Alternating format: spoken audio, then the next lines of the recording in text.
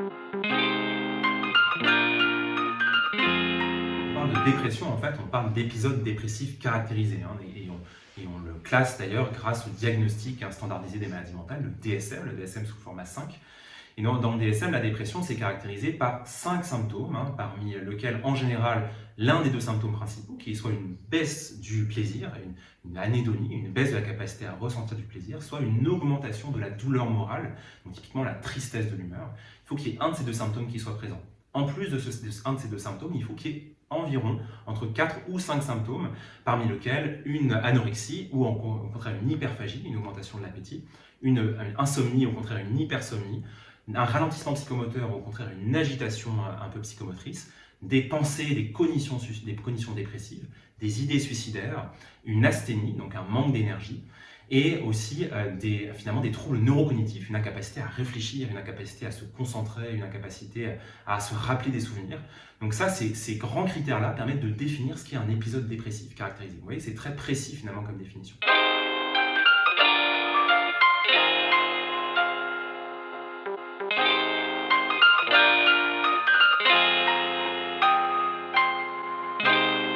Le DSM-5, c'est le livre statistique standardisé de description des maladies mentales, qui est fait par l'American Psychiatric Association, donc aux États-Unis, et qui permet de définir finalement le territoire de ce qui est pathologique ou non, et de permettre à un clinicien qui observe des symptômes de diagnostiquer un trouble psychiatrique. Donc c'est une forme finalement de manuel diagnostic des troubles psychiatriques, avec toutes les limites qu'on imagine, hein, parce que bien sûr le DSM-5 se propose un peu d'être une bible de diagnostic des troubles psychiatriques, mais en même temps il oublie tout ce qui est phénoménologie pour les malades, hein, tout ce que c'est que le ressenti, hein, pour un malade, pour un patient de ces troubles, et il décrit quelque chose d'assez standardisé qui parfois ne permet pas toutes les nuances qu'on retrouve en psychiatrie, toutes les nuances qu'on retrouve dans l'expression des troubles. On sait que par exemple en fonction des cultures, en fonction des continents, en fonction des ensembles ethniques, on a des différences, hein, d'expression de ces symptômes psychiatriques. La dépression, par exemple, en Occident, dans la plupart des nations occidentales, et en Chine, et au Maghreb, et au Moyen-Orient, elle a des formes d'expression qui sont différentes. Il y a autant de dépressions différentes qu'il y a de manières de la raconter. Et ça, c'est quelque chose d'assez important, et donc il faut se méfier de cette standardisation parfois excessive proposée par le DSM, même si c'est très pratique pour permettre de caractériser un peu ce qu'est un trouble psychiatrique. Burnout, c'est un concept qui est un concept plus contemporain et qui désigne de façon plus large des symptômes dépressifs qui surviennent dans le contexte d'un contexte professionnel finalement favorisant, qui est soit associé à une situation de stress professionnel, soit associé à des tensions liées au milieu du travail. Alors ça, c'est la définition très classique, hein, du burn-out, et en fait, on se rend compte d'un point de vue plus scientifique que le burn-out partage très souvent des caractéristiques totalement communes avec la dépression. Parfois, la phénoménologie du burn-out, c'est pas quelque chose de très différent de ce qu'on ressent pendant la dépression. Mais le burn-out est associé finalement vraiment à quelque chose lié au travail. Et les cognitions d'ailleurs sont beaucoup liées au travail. Dans le burn-out, on a beaucoup de cognitions dépressives liées à sa capacité professionnelle, liées aux relations avec la hiérarchie, liées aux relations avec les autres. Alors que dans la dépression, au sens dépression caractérisée, ça peut toucher un peu différents éléments de la vie du quotidien. Il y a un parallèle un peu épistémologique à faire avec la dépression du postpartum, hein, qui est aussi une forme de dépression survenant dans un moment très particulier de la vie, pour lequel aussi les cognitions vont être associées à la relation avec le nourrisson, à la capacité d'être une bonne mère, à la capacité de s'occuper du nourrisson au fur et à mesure du temps. Et on sait aussi que ces cognitions dépressives, finalement, elles viennent se fixer sur des éléments de l'environnement, du sujet, du contexte de vie du sujet. Et finalement, peut-être que le mécanisme global est le même, le mécanisme sous-jacent, cérébral notamment, est le même, entre le burn-out, la dépression du postpartum, la dépression du sujet adulte, mais que la façon dont les cognitions viennent se fixer, dont les symptômes apparaissent, dépend aussi du contexte culturel, social, environnemental du sujet. Donc ça, c'est une théorie un peu plus large, hein, sur la dépression. Et on se rend compte aussi, par exemple, que dans le burn-out, ça c'est quelque chose qui est assez intéressant, si on retire un peu le sujet de son environnement, par exemple en l'hospitalisant, en proposant un arrêt de travail, ou en proposant pour un temps finalement un retrait de cet environnement favorisant, on a une amélioration souvent des symptômes de burn-out, parfois sans effet des antidépresseurs, sans l'intérêt des antidépresseurs.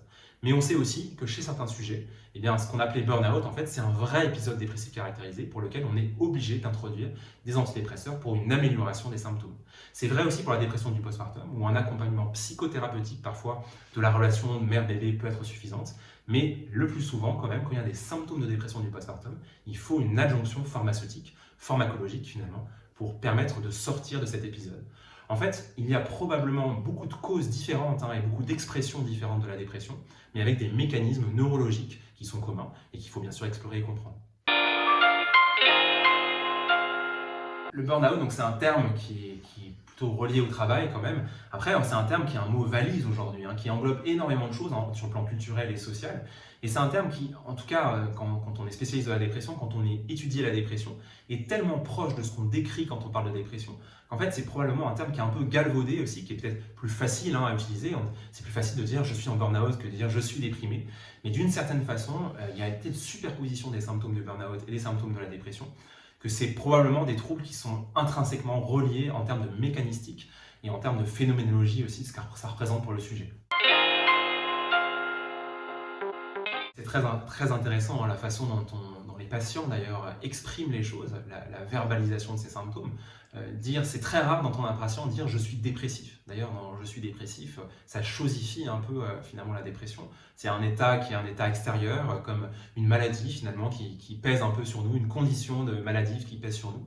En général, ils disent je suis déprimé, ils intègrent cette expérience de la dépression à la première personne. La maladie finit par les constituer, finit par les définir. Ils se définissent eux-mêmes comme étant face au monde déprimé, notamment dans les dépressions unipolaires qui vont durer pendant de nombreuses années, quand elles sont chroniques, quand elles s'enquistent. Donc je suis dépressif, c'est un mot qu'on entend assez peu finalement dans la bouche des patients. Le mot dépressif est une sémantique qui est utilisée plutôt du côté des psychiatres. Il est en train de traverser une dépression, c'est un patient qui a un épisode dépressif caractérisé, mais les patients eux-mêmes, quand ils en parlent, ils disent plutôt je suis déprimé, je vis une dépression, je suis en train de subir les affres de la dépression. Donc c'est vrai que c'est très intéressant, un déprimé dépressif, sachant que déprimé, on a tendance à penser, on a tendance à se dire que ça se rapproche de la déprime du quotidien, de cette déprime hivernale par exemple, de cette inconstance des choses du quotidien, de la tristesse qu'on peut ressentir quand on est face aux difficultés de la vie. Mais en fait, le mot « je suis déprimé » a probablement une connotation qui est un peu plus légère que l'épisode dépressif caractérisé au sens médical strict et psychiatrique.